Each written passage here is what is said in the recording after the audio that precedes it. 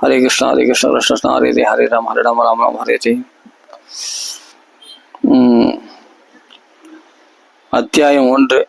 பாகவதத்துல முதல் ஸ்கந்தம், முதல் அத்தியாயம். படிக்கலாம். அத்தியாயம் 1. முனிவருடைய கேள்விகள். பதம் 1. ஓம் நமோ பகவதே வாசுதேவாய. சில பிரபுபாதா அருமையா விளக்கம் கொடுத்துருப்பாரு. நம்மளுக்கு மற்ற பாகவதத்துல புரியாத விஷயம்லாம் எத்தனையோ விளக்கங்கள் இருக்கு. ஆனா குருஷிட பரம்பரையில் அந்த விளக்கம் மாதிரி ஒரு எளிமையா புரியுற மாதிரி எந்த பாகவதமும் கிடையாது.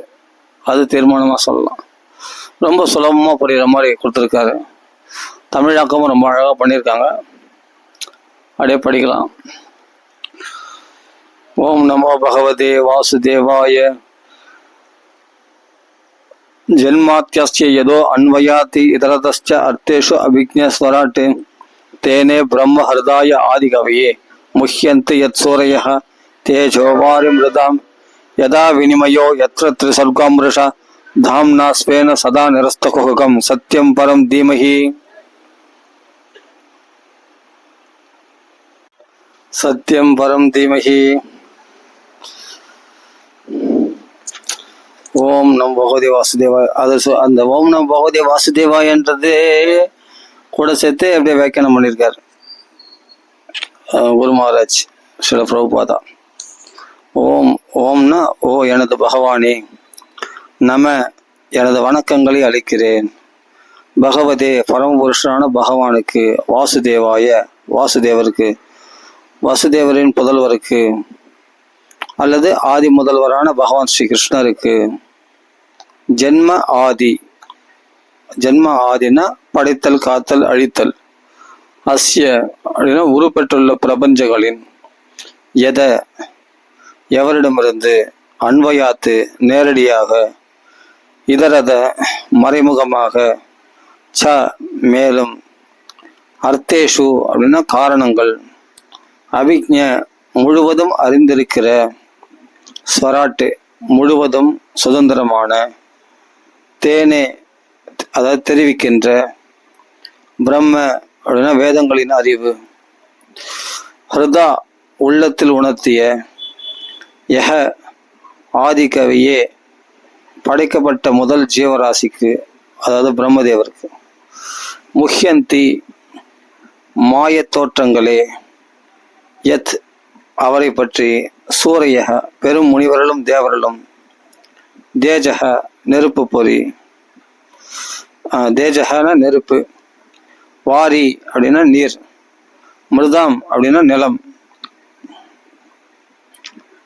வாரி மிருதாம், யதா அவ்வளவிற்கு, வினிமயக செயலும் அதன் எதிர் விளைவும், எத்திர அதன் மேல், த்ரிசர்க மூன்று மாதிரியான படைக்கும் நியதிகள், உண்டாக்கும் வினைத்திறமைகள், மூன்று மாதிரியான படைக்கும் நியதிகள் அதாவது சத்துவம் ரஜஸ் தமஸ் உண்டாக்கும் வினைத்திறமைகள், அம்ருஷா அநேகமாக உண்மையான, தாம்னா எல்லா தெய்வீக உபகரணங்களுடன், ஸ்வேன தன்னிறைவுடன், சதா எப்பொழுதும், நிரஸ்த இன்மையால் மறுத்தல், நிரஸ்தனா இன்மையால் மறுத்தல், குஹகம் குஹகம்னா மாயை, சத்தியம் அப்படின்னா உண்மை, பரம் வரம்பில்லாத, தீமகி நான் தியானிக்கிறேன். இது வரைக்கும் வார்த்தைக்கு அர்த்தம் பார்த்தோம். அடுத்தது மொழிபெயர்ப்பு பார்க்கலாம். எம்பெருமானே ஸ்ரீ கிருஷ்ணா, வசுதேவரின் புதல்வரே, எங்கும் வியாபித்திருக்கும் முழுமுதற் கடவுளே, தங்களுக்கு எனது பணிவான வணக்கங்களை நான் சமர்ப்பிக்கின்றேன். தோற்றுவிக்கப்பட்டுள்ள பிரபஞ்சங்களின் படைத்தல், காத்தல் மற்றும் அழித்தல் ஆகிய காரணங்களுக்கு மூல காரணமாகவும் பூரண உண்மையாகவும் பகவான் ஸ்ரீ கிருஷ்ணர் இருப்பதால் அவரை நான் தியானிக்கிறேன். அதனால்தான் இங்க ஜென்மாத்தியன்ற ஸ்லோகத்துல பார்த்தா பகவான் கிருஷ்ணர் பேர் வராது. அந்த ஓம் நமோ பகவதே வாசுதேவாய அதுல பார்த்தா பகவான் பேர் தான் வருது. ஏன்னா பகவானை பற்றி சொல்லக்கூடிய புராணம் தான் பாகவதம். அதனால் நம்ம அதை தான் எடுத்துக்கணும். இப்போ நம்ம தெளிவாக்கிறார் பாருங்க, அந்த குழப்பத்துல போய் ஆழ்த்தாம, இந்த வரட்டு வேதாந்தத்துல போய் நம்மளை ஆழ்த்தாம தெளிவா சொல்ற பாரு, இதுல தியானிக்கப்பட வேண்டியவர் கிருஷ்ணர் தான் அப்படின்றத இங்க அழகா சொல்றாரு. ஸ்ரீகிருஷ்ணர் உண்மையாகவும் பகவான் ஸ்ரீகிருஷ்ணர் இருப்பதால் அவரை நான் தியானிக்கிறேன். படைத்தல், காத்தல், அழித்தல் ஆகிய காரணங்களுக்கு மூல காரணமாகவும் பூரண உண்மையாகவும் பகவான் ஸ்ரீகிருஷ்ணர் இருப்பதால் அவரை நான் தியானிக்கிறேன். இங்க கிருஷ்ணன்ற பேர் வரல, ஜென்மாதிசை, அது எப்படி நம்ம எடுத்துக்கலாம்? ஏன் பாகவத மகாத்மியத்தில் யார சொல்றது? விஸ்வோத்பத்தியாதி ஹேதவே தாபத்திரய விநாசாய ஸ்ரீகிருஷ்ணாய நமக. அங்க சொல்லியிருக்குல்ல, அந்த ஸ்ரீகிருஷ்ணன் தான் இங்கேயும் சொல்லியிருக்கு. விஸ்வ உற்பத்தியாதி ஹேதவேன்னு வருதாங்க, இங்க ஜென்மாத்தியசியதா அப்படின்னு வருது. எல்லாம் கரெக்ட். மகான்கள்லாம் சாஸ்திர பிரகாரம் கரெக்டா சொல்லிடுவாங்க. ஓம் நம பகவதே வாசுதேவாயினா அந்த வாசுதேவன் தான் படைத்து காத்து அழிப்பதற்கு காரணமானவன், மூல காரணமானவன். அவரை தான் நம்ம பூரண உண்மையாகவும் தியானிக்கத்தக்கவராகவும் நம்ம எடுத்துக்கொள்ள வேண்டும். எல்லா தோற்றங்களையும் அவர் நேராகவோ அல்லது மறைமுகமாகவோ அறிந்துள்ளார். மறைமுகமான தேவர்கள் மூலமாக, நேரடியாகனா எல்லாத்துக்குள்ள பரமாத்மாவாக இருந்து பகவான் அறிந்திருக்கிறார் இல்லையா? மேலும் அவருக்கு அப்பால் வேற எந்த, இப்ப நானா சொல்றதை விட பிரபுபாதா சொல்ற விளக்கங்களை பார்க்கலாம் அப்படி இருக்கு. மேலும் அவர் நேராகவோ அல்லது மறைமுகமாகவோ அறிந்துள்ளார். அதுதான் நம்ம என்ன சொல்றோம், அன்வயாத்து வியதிரேக. அதாவது அவர் நேராகவோ அல்லது மறைமுகமாகவோ அறிந்துள்ளார். மேலும் அவருக்கு அப்பால் வேற எந்த காரணமும் இல்லாததால் அவர் சுதந்திரமானவர். ஸ்வராட்டு. முதல் ஜீவனான பிரம்மாவின் இதயத்தில் ஆதியில் வேத அறிவை புகழ்த்தேனே பிரம்ம ஹிருதாய ஆதிகவியே. பிரம்மனா பிரம்மா இல்லை, பிரம்மனா வேதம்னு அர்த்தம். ஆதிகவினா தான் பிரம்மதேவர்னு அர்த்தம். அதான் சொல்ல, முதல் ஜீவனான பிரம்மாவின் இதயத்தில் ஆதியில் வேத அறிவை புகட்டியவர் அவரே ஆவார். யாரு? கிருஷ்ணர் தான். நெருப்பினில் காணப்படும் நீராகவும் நீர்மேல் காணப்படும் நிலமாகவும் தோற்றமளிக்கும் மாயாஜாலத்தினால், அதான் தேஜோ வாரி மிருதாம் யதா வினிமய.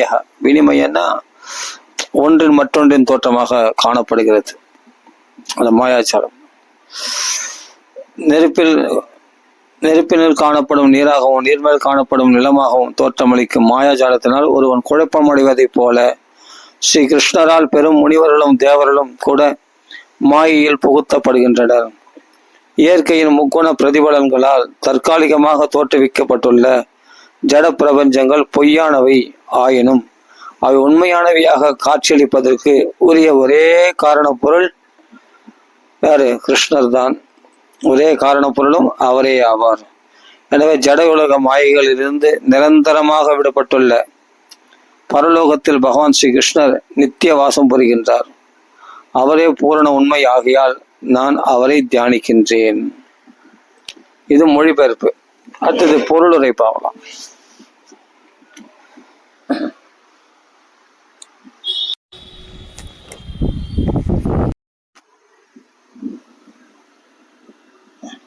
இது அவசரமா படிச்சா புரிஞ்சிக்க முடியாது, பொறுமையா படிக்கலாம். பொருளுரை.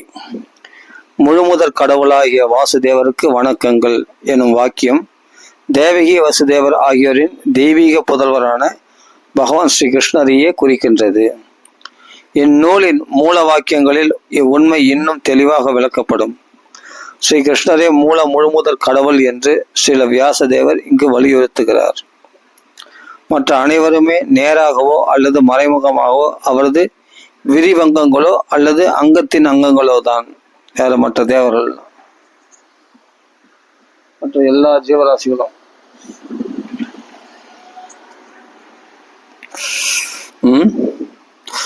ஸ்ரீல ஜீவ கோஸ்வாமி தமது கிருஷ்ண சந்தர்ப்பத்தில் இவ்விவகாரத்தை இன்னும் தெளிவாக விளக்கியுள்ளார். மேலும் தமது பிரம்ம சம்மிதை என்னும் நூலில் முதல் ஜீவராசியாகிய பிரம்மா தான் பிரம்ம சம்மிதை எழுதினாரு. அதனால பிரம்ம சம்மிதைன்னு பேரு. முதல் ஜீவராசியாக பிரம்மா ஸ்ரீ கிருஷ்ணரை பற்றிய விவகாரத்தை ஆதாரபூர்வமாக விளக்கியுள்ளார். ஸ்ரீ கிருஷ்ணர் தேவகியின் தெய்வீக புதல்வர் தான் என்று சாமவேத உபனிஷத்திலும் குறிப்பிடப்பட்டுள்ளது. தேவனுடைய தெய்வீக புதல்வர் தான் ஸ்ரீ கிருஷ்ணர். இந்த பிரார்த்தனையில் பகவான் ஸ்ரீ கிருஷ்ணரே முழுமுதற் கடவுள் என்பதை இந்த முதல் கூற்று ஏற்கின்றது. மேலும் பூரண முழுமுதற் கடவுளுக்கு சொந்தமானதாக அறியப்பட வேண்டிய உன்னத நாமம் இருக்குமாயின் அது மிக்க கவர்ச்சிகரமானவர் என்று பொருள்படும் கிருஷ்ணா என்ற நாமமாகத்தான் இருக்க வேண்டும். பகவத்கீதையின் பல்வேறு இடங்களில் தாமே முழுமுதற் கடவுள் என்று பகவான் வலியுறுத்துகிறார். இது அர்ஜுனன் மற்றும் பெரும் முனிவர்களான நாரதர், வியாசர் போன்ற மற்றும் பலராலும் உறுதி செய்யப்பட்டுள்ளது. பகவானுடைய எண்ணிலடங்காத நாமங்களில் கிருஷ்ணா என்ற நாமமே தலைமையானது என்று பாத்ம புராணம் குறிப்பிடுகின்றது. வாசுதேவன் என்பது முழுமுதற் கடவுளின் விரிவங்கத்தை குறிக்கிறது. மேலும் பகவானின் மற்றெல்லா உருவங்களும் வாசுதேவருடன் ஒத்தவையாக இருப்பதால் அவைகளும் இப்பதத்தில் குறிப்பிடப்பட்டுள்ளன.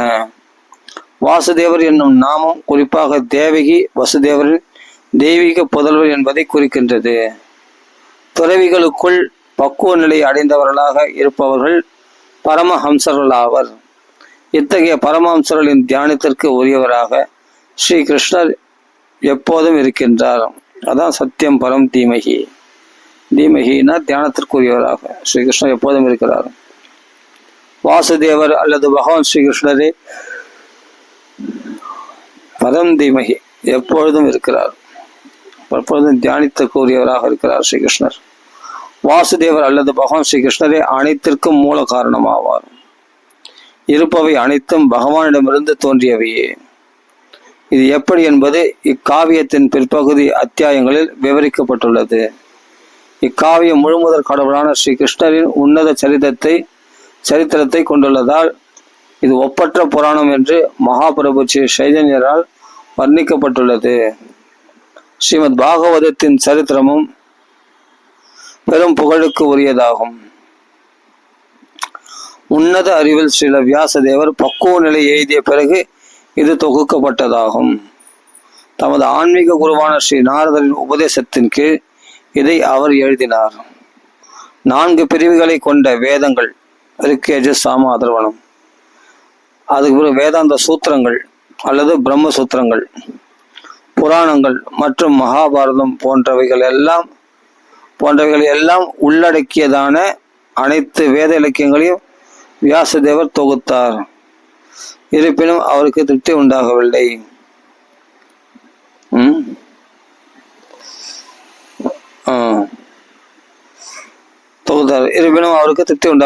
அவரது அதிருப்தியை கண்ட அவருடைய ஆன்மீக குருவாகிய நாரதர் பகவான் ஸ்ரீ கிருஷ்ணரின் உன்னத லீலைகளை வர்ணித்து எழுதுமாறு அவருக்கு ஆலோசனை கூறினார். இந்த உன்னத லீலைகள் குறிப்பாக இந்த காவியத்தின் 10வது காண்டத்தில் விவரிக்கப்பட்டுள்ளன.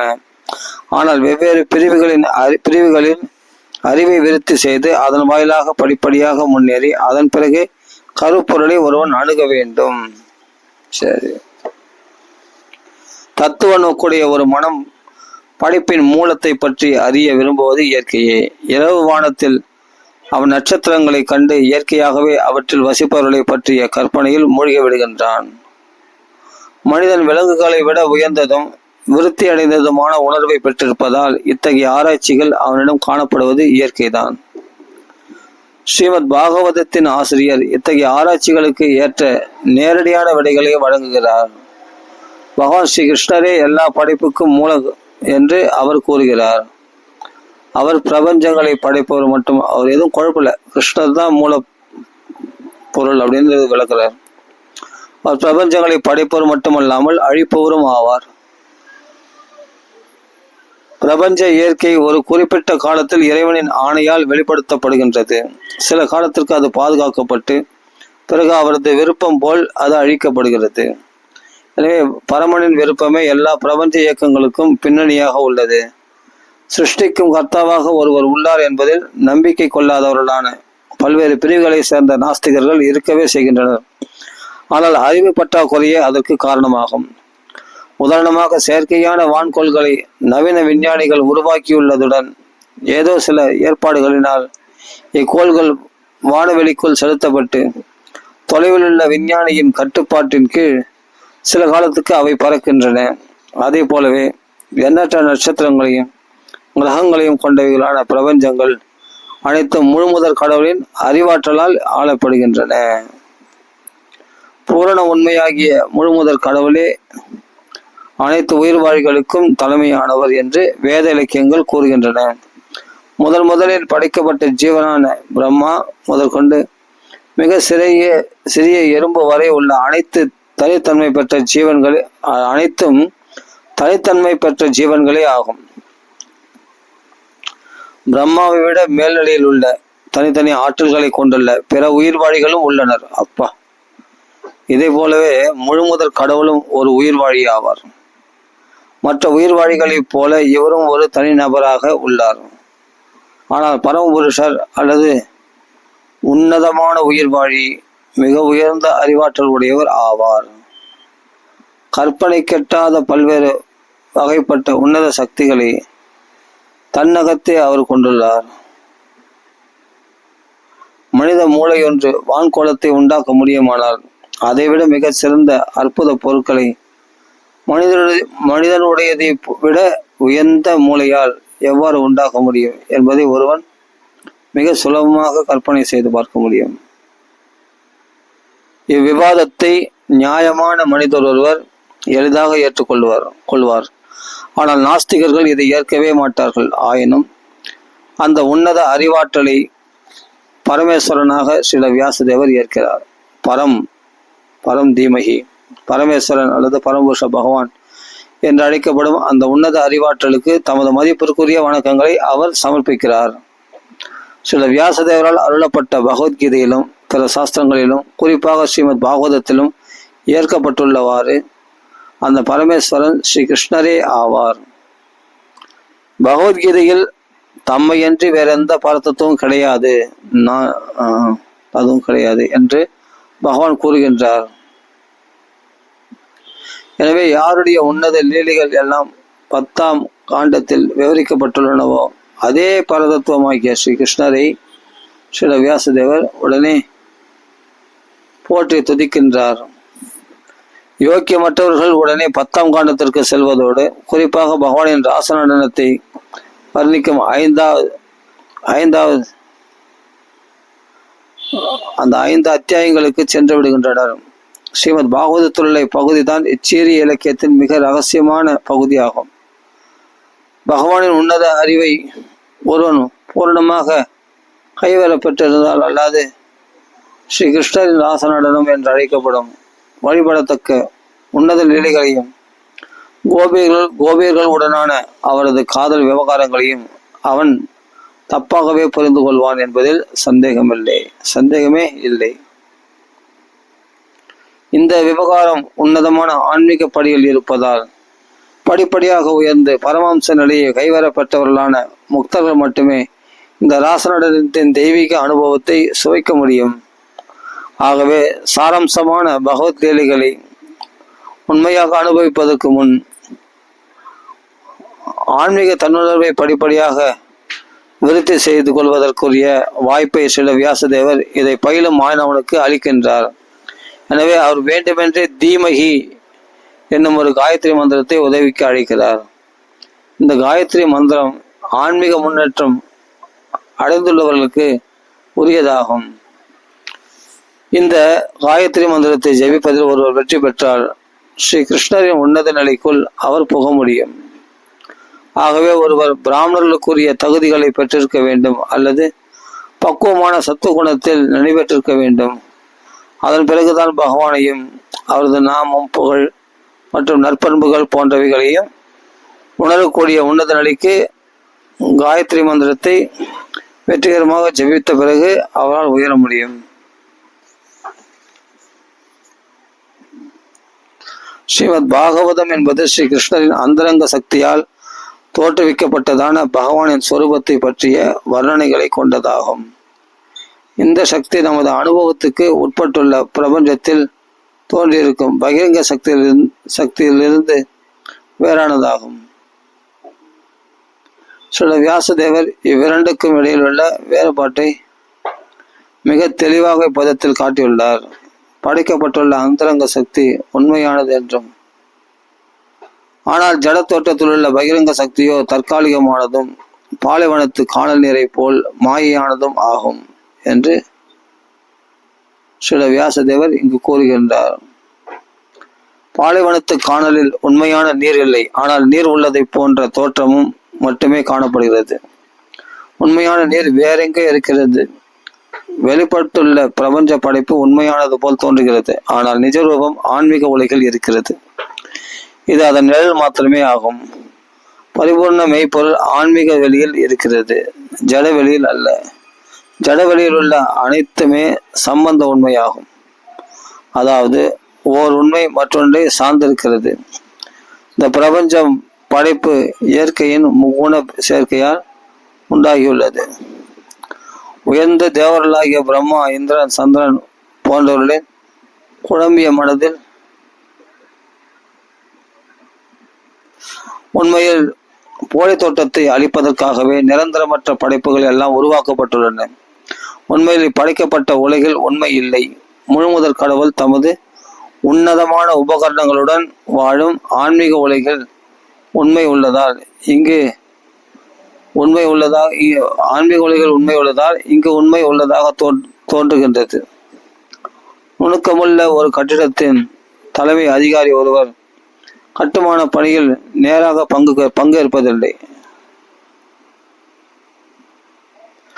அன்பயாத்து வெதிரேகம்.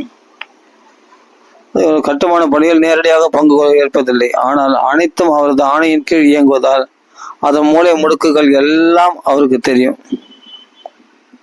நேரடியாகவோ அல்லது மறைமுகமாகவோ கட்டிடத்தை பற்றி அனைத்தும் அவர் அறிகிறார். அதே போலவே செயல்கள் தேவர்களால் நிறைவேற்றப்பட்டாலும் இப்பிரபஞ்ச படைப்பின் பரம அதிகாரியான ஸ்ரீ கிருஷ்ணருக்கு இதன் மூலை முடுக்குகள் அனைத்தும் தெரியும். இந்த ஜட படைப்பில் பிரம்மா முதல் கொண்டு அற்பமான எறும்பு வரை யாருமே சுதந்திரமானவர் அல்லர். பகவானின் கரம் எல்லா இடங்களிலும் காணப்படுகின்றது. அவரிடமிருந்த எல்லா ஜட பொருட்களும் ஆன்ம பொறிகளும் தோன்றுகின்றன. மெய்ப்பொருளாகிய பகவான் ஸ்ரீ கிருஷ்ணனிடமிருந்தே ஜட ஆன்மீக சக்திகள் தோன்றுகின்றன. மேலும் இந்த ஜட உலகில் படைக்கப்பட்டுள்ளவை எல்லாம் எவ்வித சக்திகளின் சேர்க்கையே ஆகும். ஜலவாயு மற்றும் பிராணவாயு ஆகிய இரண்டையும் ஆய்வு கூடத்தில் ஒன்றாக கலப்பதால் ஒரு விஞ்ஞானியால் நீரை உற்பத்தி செய்ய முடிகிறது. ஆனால் உண்மையில் ஜீவராசி பரமபுருஷரின் ஆணைக்கு கீழ்ப்படிந்தே ஆய்வு கூடத்தில் செயலாற்றுகிறான். இதற்காக அவன் உபயோகிக்கும் பொருட்களும் இறைவனாலேயே வழங்கப்படுபவை ஆகும். நுணுக்கமான விவரங்கள் அனைத்தும் உட்பட நேராகவோ அல்லது மறைமுகமாகவோ எல்லாவற்றையும் பகவான் அறிவதுடன் அவர் பூரண சுதந்திரம் உள்ளவரும் ஆவார். அவரை தங்க சுரங்கத்திற்கு ஒப்பிடலாம்.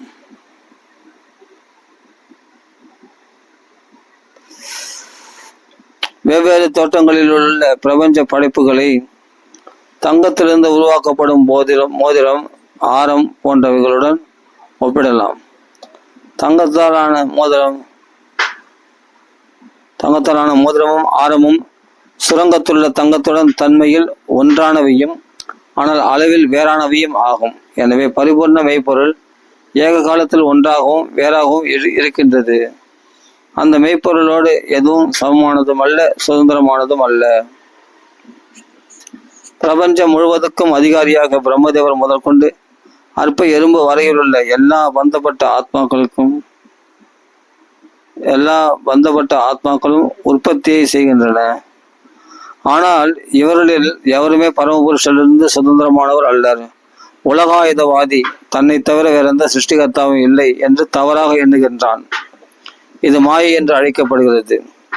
அறிவு பற்றாக்குறையின் காரணமாக உலகாயுதவாதி ஒருவனால் அவனது புலன்களின் வரம்புக்கு அப்பால் காண முடியாதிருப்பதால் உயர்ந்ததொரு புத்திநுட்பத்தின் உதவி இல்லாமல் தானாகவே ஜடம் அதன் வடிவத்தை ஏற்கின்றது என்று நினைக்கின்றான். இது தவறு என்பதை இப்பதத்தில் சில வியாசதேவர் நிரூபிக்கின்றார்.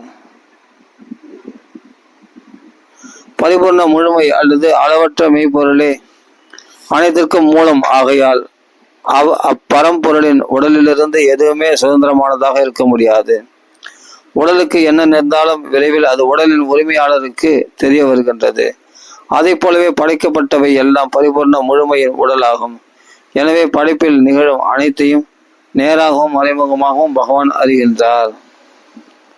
பரிபூர்ண முழுமை அல்லது பிரம்மமே அனைத்திற்கும் முடிவான மூலம் என்று ஸ்ருதி மந்திரங்களிலும் குறிப்பிடப்பட்டுள்ளது. அனைத்தும் அவரிடமிருந்தே தோன்றி அவராலேயே காக்கப்படுகின்றன. இறுதியில் அவருக்குள்ளேயே அனைத்தும் ஒடுங்கி விடுகின்றன. அதுவே இயற்கையின் நியதி ஆகும். ஸ்மிருதி மந்திரத்திலும் இது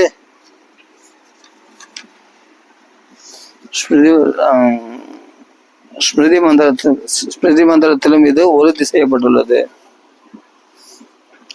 பிரம்மாவின் கல்ப துவக்கத்தில் வெளித்தோன்றும் அனைத்திற்கும் பிறப்பிடமாக உள்ள ஆதி மூலத்துக்கும் முடிவில் அனைத்தும் ஒடுங்கும் இடமான அந்தத்துக்கும் மூலமாக இருப்பது பரிபூர்ண உண்மை அல்லது பிரம்மம் என்று கூறப்படுகிறது. கிரகங்களுக்கு எல்லாம் பிறப்பிடமாக இருப்பது சூரியனே என்று ஜட விஞ்ஞானிகள் நம்புகின்றனர்.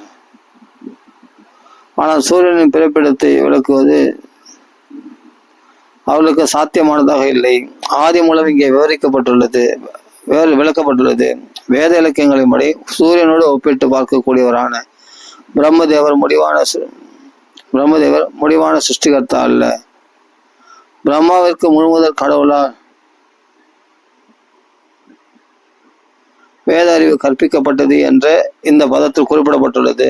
வேறெந்த ஜீவனுக்கும் இல்லாத அந்த சமயத்தில் பிரம்மாவே முதல் ஜீவராசியாக இருந்ததனால் அவருக்கு வேறொருவரும் ஊக்கம் அளிக்க முடியாது என்று ஒருவர் வாதிடக்கூடும்.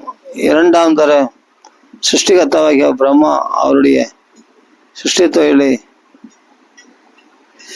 மேற்கொள்ள வேண்டும் என்பதற்காக பகவான் ஸ்ரீகிருஷ்ணர் அவருக்கு ஊக்கமூட்டினார் என்று இங்கே குறிப்பிடப்பட்டுள்ளது. எனவே எல்லா படைப்புகளுக்கும் பின்னணியாக உள்ள பேரறிவாளர் பரம்பொருள் ஆகிய ஸ்ரீகிருஷ்ணரே ஆவார். ஜடத்தின் மொத்தமாகிய பிரகிருதி அல்லது படைப்பு சக்தி தாமே அடக்கி ஆள்வதாக பகவத்கீதையில் பகவான் ஸ்ரீகிருஷ்ணர் கூறுகிறார். ஆகவே ஸ்ரீல வியாசதேவர் பிரம்மனை வழிபடுவதற்கு பதிலாக அவரது படைப்பு தொழிலுக்கு வழிகாட்டியவரான பகவானை வழிபடுகிறார். இப்பதில் குறிப்பாக அபிக்ஞா மற்றும் ஸ்வராட்டு என்னும் சொற்கள் குறிப்பிடத்தக்கவை ஆகும்.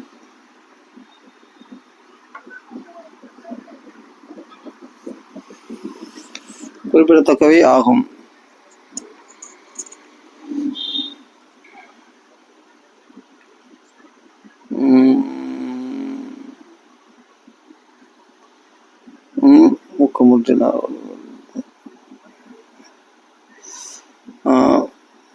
குறிப்பிடத்தக்கது ஆகும். அது எங்க விட்டேன்?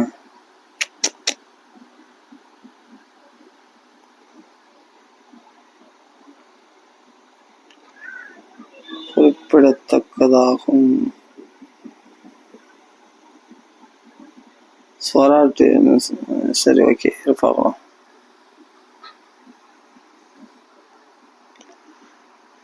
பிரம்மாவின் கற்பத்துவகத்தில் வெளித்தோன்றும் அனைத்திற்கும் பிறப்பிடமாக உள்ளது ஆதி மூலத்துக்கும் முடிவில் அனைத்தும் ஒடுங்கிவிடும் இடமான அந்தத்துக்கும் மூலமாக இருப்பது பரிபூர்ண உண்மை அல்லது பிரம்மம் என்று கூறப்படுகின்றது. கிரகங்களுக்கு எல்லாம் பிறப்பிடமாக இருப்பது சூரியனே என்று ஜட விஞ்ஞானிகள் நம்புகின்றனர். ஆனால் சூரியனின் பிறப்பிடத்தை விளக்குவது அவர்களுக்கு சாத்தியமானதாக இல்லை. ஆதி மூலம் இங்கே விளக்கப்பட்டுள்ளது. வேத இலக்கியங்களின்படி சூரியனோடு ஒப்பிட்டு பார்க்கக்கூடியவரான பிரம்மதேவர் முடிவான சிருஷ்டிகர்த்தா அல்ல. பிரம்மாவிற்கு முழுமுதற் கடவுளால் வேத அறிவு கற்பிக்கப்பட்டது என்று இந்த பதத்தில் குறிப்பிடப்பட்டுள்ளது. வேற எந்த ஜீவனும் இல்லாத அந்த சமயத்தில் பிரம்மாவே முதல் ஜீவராசியாக இருந்ததனால் அவருக்கு வேறொருவரும் ஊக்கம் அளித்திருக்க முடியாது என்று ஒருவர் வாதிடக்கூடும். இரண்டாந்தர சிருஷ்டிகர்த்தாவாகிய பிரம்மா அவருடைய சிருஷ்டி தொழிலை மேற்கொள்ள வேண்டும் என்பதற்காக பகவான் ஸ்ரீகிருஷ்ணர் அவருக்கு ஊக்கமூட்டினார் என்று இங்கே குறிப்பிடப்பட்டுள்ளது. எனவே எல்லா படைப்புகளுக்கும் அது தேனே பிரம்மஹர்தாய. ஓகே.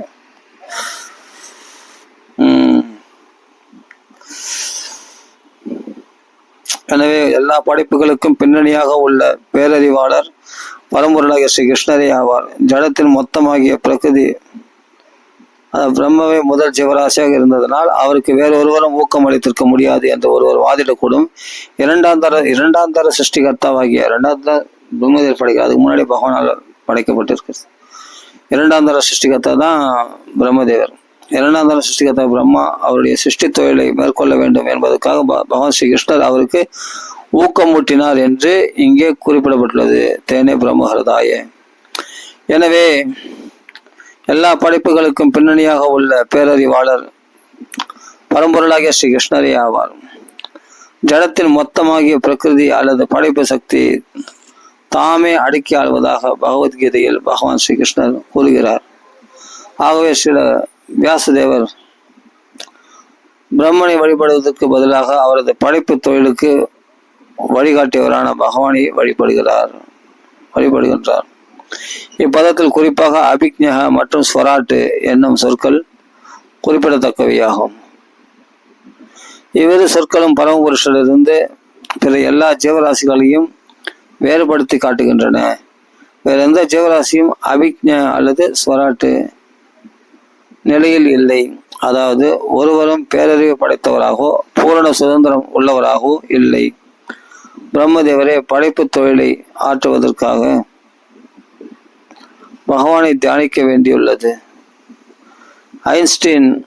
ஐன்ஸ்டீனை போன்ற பெரும் விஞ்ஞானிகளை பற்றி கூற என்ன இருக்கிறது? இத்தகைய விஞ்ஞானியை போன்றவர்களின் மூளை நிச்சயமாக மனிதனால் உற்பத்தி செய்யப்படக்கூடியவை அல்ல. இத்தகைய மூளையை விஞ்ஞானிகள் உற்பத்தி செய்ய முடியாது. பகவான் ஸ்ரீ கிருஷ்ணரின் அதிகாரத்தை மறுக்க மூடர்களான நாஸ்திகர்களை பற்றி என்ன கூற இருக்கிறது?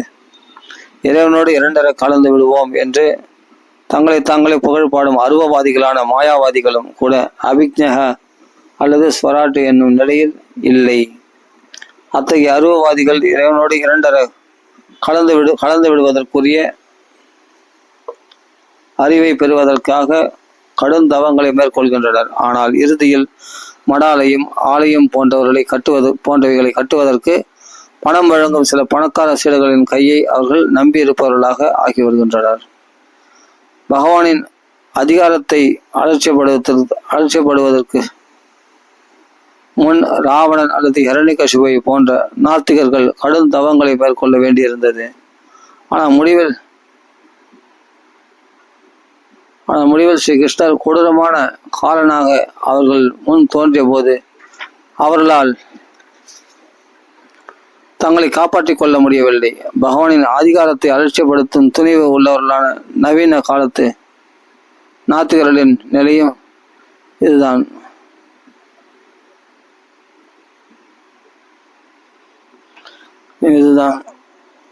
சரித்திரம் தொடர்ந்து சுழன்று கொண்டே இருப்பதால் தற்போதைய நாத்திகர்களின் கதியும் இவ்வாறுதான் இருக்கும். இறைவனின் அதிகாரத்தை மனிதன் அலட்சியப்படுத்தும் போதெல்லாம் அவனை தண்டிக்க இயற்கையும் அதன் சட்டங்களும் தயாராக உள்ளன. யதா யதா ஹி தர்மஸ்ய கிளானிஹி, எப்போதெல்லாம் தர்மத்தின் குறைவு ஏற்பட்டு அதனமும் ஆதிக்கம் செலுத்துகின்றதோ,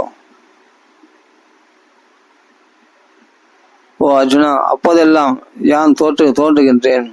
பகவத்கீதை 4.7 என்னும் கீதையின் பிரபலமான பதத்தில் இது உறுதிப்படுத்தப்பட்டுள்ளது. பகவான் ஸ்ரீ கிருஷ்ணர் பரிபூர்ணமானவர் என்பது எல்லா ஸ்ருதி மந்திரங்களிலும் உறுதிப்படுத்தப்பட்டுள்ளது. பரிபூர்ணமாகிய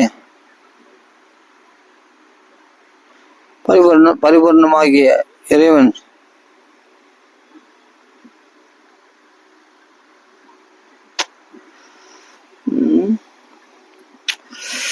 ஜீவராசிகளே, பகவான் ஸ்ரீகிருஷ்ணர் பரிபூர்ணமானவர் என்பது எல்லா ஸ்ருதி மந்திரங்களிலும் உறுதிப்படுத்தப்பட்டுள்ளது.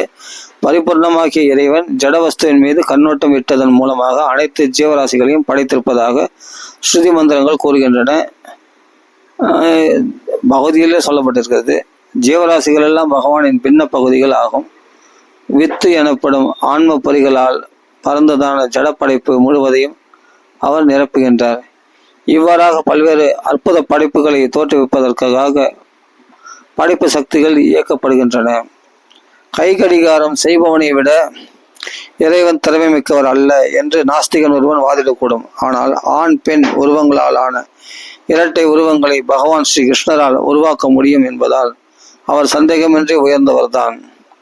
பல்வேறு வகையான இனங்களில் உள்ள ஆண் பெண் உருவங்கள் இறைவனின் தொடர்ந்த கவனத்திற்கு அவசியம் இல்லாமலேயே இதே போன்ற எண்ணற்ற இயந்திரங்களை உற்பத்தி செய்து கொண்டு போகின்றன.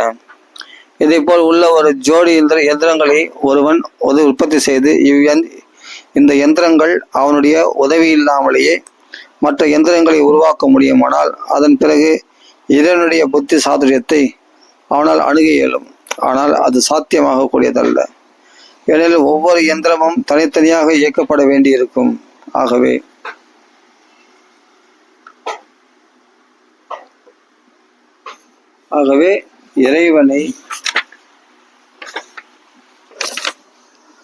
இறைவனை போல் சிறப்பாக படைப்பது எவராலும் இயலாது. இறைவனுக்கு அசமூர்த்த என்ற பெயர் உண்டு. அவருக்கு சமமானவரோ அவரை விட உயர்ந்தவரோ எவரும் இல்லை என்பது இதன் பொருளாகும். பரம சத்தியம் எனப்படுபவர் தமக்கு சமமானவரோ அல்லது தம்மை விட உயர்ந்தவரோ இல்லாதவர் ஆவார். ஸ்ருதி மந்திரங்களில் இது உறுதி செய்யப்பட்டுள்ளது. ஜட பிரபஞ்சத்தின் படைப்புக்கு முன் அனைவருக்கும் எஜமானராகிய பகவான் மட்டுமே இருந்தார் என்று கூறப்படுகிறது. அந்த பகவானை பிரம்மதேவருக்கு வேத அறிவை உபதேசித்தவர் ஆவார். எல்லா வழிகளிலும் அந்த பகவானுக்கு கீழ்ப்படிந்து நடக்க வேண்டும்.